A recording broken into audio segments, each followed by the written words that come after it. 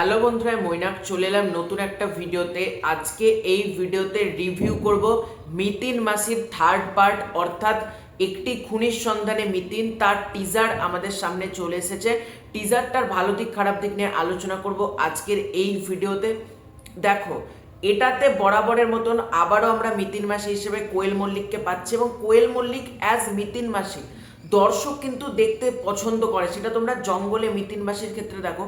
জঙ্গলে মিতিন মাসি কিন্তু কাজটা যে খুব রিভিউয়ারদের ভালো লেগেছিল বা আমারও পার্সোনালি ভালো লেগেছিল, কিন্তু না, প্রচুর দর্শক এই ছবিটাকে পছন্দ করেনি। তারপরেও কিন্তু ছবিটা সার্টেন একটা ব্যবসা করে।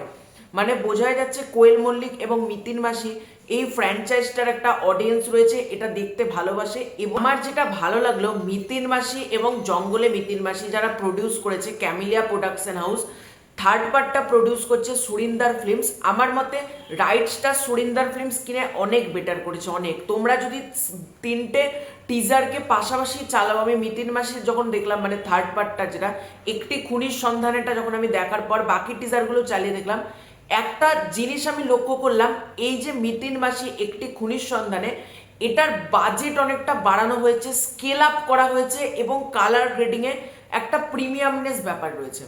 তোমরা যদি ভালো করে টিজারটা চালিয়ে দেখো একটি খুনির সন্ধানে মিতিন, তোমাদের কিন্তু যেটা ভালো লাগবে সেটা হচ্ছে এর ব্যাকগ্রাউন্ড স্কোর থেকে শুরু করে যে স্কেল আপ করা হয়েছে। দেখো, বাংলাতে সচরাচর মহিলাদেরকে দিয়ে অ্যাকশন করানো বা লেডি কোনো ক্যারেক্টারকে দিয়ে অ্যাকশন করানো এগুলো হয় না, কিন্তু কোয়েল মল্লিক সে অ্যাকশন করছে, সেটা দেখতে ভালো লাগছে।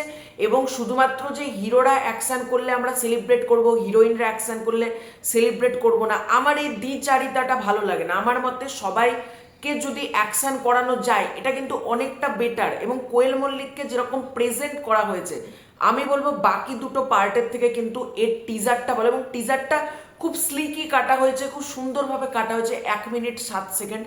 গল্প সম্পর্কে তোমরা বেশি কিছু বুঝতে পারবে না যারা মিতিন মাসির এই গল্পটা পড়োনি। তোমাদের বেশি কিছু এটার টিজারে রিভিলও করতে চাইছে না মেকার্সরা। শুরুটা যেরকম একটা চ্যান্টিং দিয়ে, একটা মহাভারতের মন্ত্র দিয়ে যেভাবে স্টার্ট করা হচ্ছে, সেই শ্লোক দিয়ে পরিত্রাণায় সাধুনাম বিনাশায় চ দুষ্কৃতাম, ওই যে মহাভারতের যে শ্লোকটা, এটা দিয়ে স্টার্ট হচ্ছে। এবং তোমরা যদি টিজারটা ভালো করে দেখো, এখানে কোয়েল মল্লিক সে লড়ছে জাস্টিস দেওয়ার জন্য, এটাই টিজারের মূল ফোকাস। এবং কোয়েল মল্লিকের এন্ট্রি হচ্ছে, একজনকে মারছে, সে ছিটকে পড়ছে, এটা কিন্তু দেখতে ভালো লাগছে যে সে মারছে, উড়ে যাচ্ছে, এবং একজন বলছে যে আপনি কিন্তু বেশি সন্দেহ করছেন, বলছে ওইটাই তো আমার কাজ। যে ডায়লগের ছোট ছোট মুহূর্তগুলো দেখানো হচ্ছে সেটা ভালো। বাকি চরিত্রগুলোকে যেভাবে ছোট ছোট করে টিজারের মধ্যে প্রতিটা চরিত্রকে দেখানো হয়েছে সেটা ভালো একদিক দিয়ে। এবং সর্বোপরি টিজারটা কাটিংটা ভালো। তোমাদের টিজারটা কোনো জায়গাতে মনে হবে না অত্যাধিক বড় হয়ে গেছে বা অত্যাধিক ছোট। 1 মিনিট 7 সেকেন্ড একবারে স্মুথ ভাবে টিজারটাকে কাটা হয়েছে, কোনো রকম অহেতুক জোর জবস্তি টিজারটার মধ্যে দেখানো হয়নি। যেটুকু যা দরকার টিজার লেভেলে, এটা কিন্তু আমার জন্য ওয়ার্ক করেছে। এবং কালারের কাজ বলো, সব দিক থেকে কিন্তু বলবো বাকি দুটো পার্টের থেকে এটা কিন্তু অনেকটা বেশি ভালো লাগছে। এবং অরিন্দম শীল সে লাস্ট যে সমস্ত কাজ করছে, সেটার থেকে আমার মনে হচ্ছে মিতিন মাসি এটা বেটার হলেও হতে পারে। এবং টিজার লেভেলে তো আমাদেরকে বেশ একটা ভালো কিছু দেবে এমনই তো মনে হচ্ছে। আমার কিন্তু বেশ ভালো লেগেছে টিজারটা। তো এটাই ছিল আজকের ভিডিও। তোমাদের কার কার মিতিন মাসির থার্ড পার্ট একটি খুনির সন্ধানে মিতিনের টিজার ভালো লেগেছে কমেন্ট করে জানিও। খুব শীঘ্রই দেখা হচ্ছে নতুন কোনো ভিডিওতে, ততক্ষণের জন্য বাই বাই।